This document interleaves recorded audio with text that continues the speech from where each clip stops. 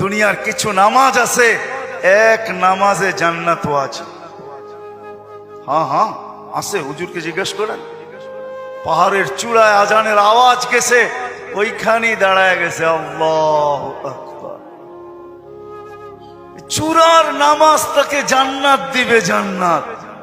হ্যাঁ, ক্ষেতের ভিতরে আছে, ক্ষেতের আইল বলেন আর লাইল বলেন আর যেটাই বলেন, ক্ষেতের ভিতরে আছে, আজানের আওয়াজ আসছে, ওইখানেই আতাইলের ভিতরে বলেন আর লাইলের ভিতরে বলেন আর আইলের ভিতরে বলেন, গামছা বিছাইছে আর আল্লাহু আকবার।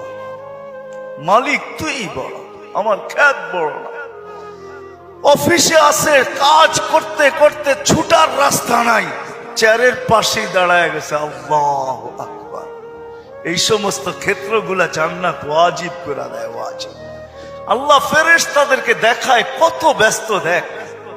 তারপরও আমার ডাক শুনতে দেরি, আল্লাহু আকবার বলতে দেরি।